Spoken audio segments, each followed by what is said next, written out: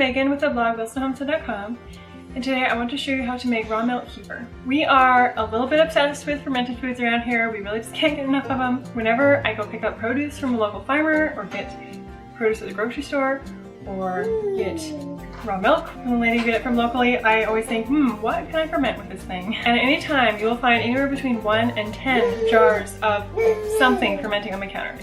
I'm always fermenting something, it's never nothing. And sometimes it can be as many as 10, so I'm a little bit excessive with it sometimes, but it is so healthy for us. It's just so good, so delicious. Once you get more used to the sour taste that fermented foods have, it is absolutely delicious. It's my favorite thing. And it is so good for your gut health. Just unbelievably good for it. I've made water kefir in the past, and I will link that blog post and YouTube video down below. But we always just come back to milk kefir. We just really enjoy it. I actually prefer it more than water kefir. I don't know why, it's just good. I just like it. I wanted to mention also that I will link the blog post that goes along with this video that has the printable recipe card for this exact recipe. It goes a lot more into detail about benefits of fermented foods. It has all the instructions. It has the printable recipe card. It has a frequently asked questions section, and then also some expert tips. So probiotic foods help rebuild and maintain your health. And it also helps your gut process sugars easier. In fact, whenever we go to someone's house, we end up eating something that we maybe won't normally eat at home, something that's unhealthy, maybe more sugar than we would normally eat, more processed refined sugar, just anything that we wouldn't eat in our normal, really healthy lives here. I will, as soon as we go home, I will drink some kefir or kombucha or eat some sauerkraut, and I actually find that my body has a lot easier time digesting all the sugars and stuff that I've eaten if I eat probiotic foods afterwards. It kind of like helps my gut like break it down or digest it easier. I don't know what it is, but I actually find that it makes a difference if I do that. So many things in our modern American diet destroy the gut lining and the living organisms that inhabit a healthy digestive tract, otherwise known as the gut flora. Especially antibiotics, which are actually becoming more and more widely used. They do have their place, but I feel like the medical system has started using them a lot more than actually necessary, and it has really, really destroyed gut health for a lot of people, which is really sad because gut health plays a huge role in your overall health. It's like crazy how much it does. It's like you would not even expect that it can affect some of the things that it does affect. You would be shocked at all the health conditions, including cancer, that can be contributed to by an unhealthy gut. With the typical American diet of non-organic meat, refined processed sugars, and genetically modified grains, and a whole host of other things that have been genetically modified and have had natural flavorings added in, and red dye number 40, and like all of these things, it's not surprising that American people are very unhealthy as a whole. And so many of those issues can be traced back to an unhealthy gut flora. This means that it is really vitally important to bring back all of these fermented foods that are just absolutely packed with probiotics that will heal your gut. So here we go. We are going to get some fermented food in your life because it's healthy for you. So I'm going to teach you today how to make raw milk kefir. So not only is kefir a great thing to add into your diet, it is also insanely easy. So this is a fabulous fermentation recipe for beginners to start with. There's almost no way you can ruin this. It's like just amazing. It doesn't grow mold like some other ferments do. A lot of vegetables that you ferment can grow mold on top if you don't properly submerge the vegetables below the liquid, but this actually doesn't do that. The only thing that might happen is it gets really, really, really sour, and you might not be able to drink it because it's a little overwhelming, but really, it's really hard to mess up. So let's get right into this recipe.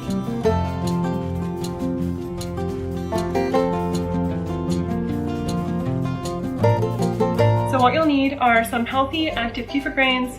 You can usually find them from someone locally. You can look on the Weston A. Price Foundation.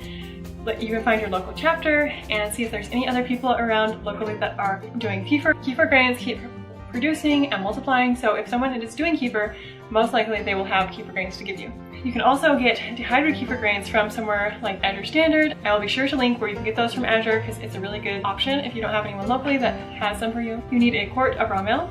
Now, of course, you can use store milk for this, but since raw milk has all of the healthy beneficial bacteria in it still, it hasn't been killed off, the end result is going to be a lot healthier than it would be with store milk. So I highly recommend looking to raw milk, doing this with raw milk. But of course, if you don't have access to it or you can't afford it, I highly recommend always fermenting milk from the store and not ever drinking it straight. If you ferment it, it's introducing at least some beneficial bacteria back into the milk, rather than just drinking dead milk from the store. And then you'll need a quart mason jar. You'll also need a cloth or a cheesecloth or something to cover the mason jar, and then you'll also need something to secure the cloth down, something like a rubber band or a hair tie or a mason jar rim. So the first step is to put around 2 teaspoons of kefir grains inside your quart jar. Now I find that the amount isn't super important because I can use as little as a half a teaspoon, and I just might have to let it ferment a little longer. And I also can use like several tablespoons, and it just will ferment faster. So just keep an eye on your ferment and see when it's getting to your liking. But approximately 2 to 3 teaspoons is what you're going to want for a quart of milk. So what I basically do is I take whatever I had from the last batch and I put it in the new batch. And kefir grains do reproduce, they multiply, so I will keep getting more and more. But I actually sell these in my online shop. I can link that down below if you're interested in getting some from me. But when someone buys some, I take some out of my kefir grains that I've been fermenting every day, and then I'll have a little less. So I find that selling them or giving them to friends is a great way to manage how many kefir grains I have and not get too many. Make sure you don't throw them away. Either try to sell them or give them to friends or eat them. They make the most delicious sour gummies. Like, I don't know what it is, but I enjoy eating them. Like, I'm always so excited when I have enough. They have it sold in my shop, but there's enough for me to eat a couple. It's just like so exciting. I don't know what it is. I'm just like a little child about kefir gummies. Step 2 is once your kefir grains are in the jar, you're going to pour your raw milk over it, leaving like 2 inches of space in the top. So 2 inches of head space, because ferments can expand. You want to make sure you don't get it all the way up to the brim and have it overflowing when it's sitting on your counter or in your cabinet, because that would not be very fun to clean. Next, you're going to cover the mason jar with cheesecloth or some other breathable type of fabric, or you can even just set a mason jar lid on top of it, not the rim, just the lid. You want it to be able to breathe and get oxygen but not have bugs or dirt falling in it. If you're using cloth, I secure mine down with a hair tie usually, but you can also use a rubber band or a mason jar rim. And you're just gonna let it sit out on the counter until it's reached the thickness and sourness that you like. You can do as low as a 12-hour ferment, and it'll be a little bit more thin and runny and not as sour, which if you're just getting used to it might be a good idea to start with a little less just to get acclimated to the taste a little slower. I personally leave mine out for more like 36, sometimes a little less, more like 24 hours, but I'm trying to get all the really good probiotic benefits, and having it be more fermented is just gonna give me more bang for my buck. Plus, I really don't mind the sour taste. I've drank this for years now, and I'm really, really used to it. Once it's fermented as long as you want it to, we're gonna strain the grains out. So I use a plastic strainer and a plastic spatula. You can also use a wood spoon. You just want to avoid metals, especially reactive metals, because kefir grains are acidic in nature, so when they come in contact with metals like that, they will react badly sometimes. So I avoid metals whenever I can. I just keep kind of pushing the spatula against the bottom of the strainer as I stir it, so that eventually all the nice thick kefir will go through and you'll be left with all of your grains. I pour the fermented kefir that's all finished, it's in my bowl, back into the jar that it came from, and that's what I drink it out of. And then I get a nice new clean mason jar and I put my kefir grains in it and I start the process all over again. You repeat those same exact steps that we just did. Super, super easy. Now there are several ways you can enjoy your fermented kefir now. Personally, I like to just drink it straight because I really love the sour taste and the thickness. And it's one of my favorite breakfasts. I just will drink a quart of kefir for breakfast. Maybe have some eggs along the side if I am feeling a little more hungry than that, but it's a fabulous way to start off your day with some good probiotics in your tummy. You can add in some raw honey or maple syrup if you are not really liking the sour taste until you get used to it.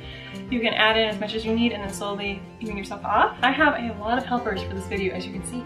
You can also make this into a smoothie. You can add some frozen fruit like bananas or blueberries or strawberries, like any kind of fruit that you like. Add the frozen fruit and the kefir and maybe some honey and maple syrup in a blender and whip it up, and that is super delicious and a great option for people who are also getting used to the taste. You can also eat it with granola. You know how yummy it is when you have yogurt and you put granola on it and maybe even some fresh fruit? It is my favorite. I love it so much. You can do the same thing with kefir. And that is all. It's just super easy, super simple. It's a process that takes like 5 minutes, more like 1 or 2 minutes actually, now that I think about it. But it's this like 2-minute process that you have to do once every 12 to 48 hours. So it's just like so easy and excellent ferment for beginners to start off with. And even though I've gotten a little bit more experience with fermenting now, this is still one of my go-tos. This and kombucha are the ferments that I make all the time, the ones that I make the most. So if you guys are interested in more fermentation recipes, I will link all of the fermentation blog posts I have on my website and the videos that I have on my YouTube channel. And make sure you go check out that blog post because it will have a really great, in-depth, frequently asked questions section. But thank you for watching this video and I hope it was helpful. Bye.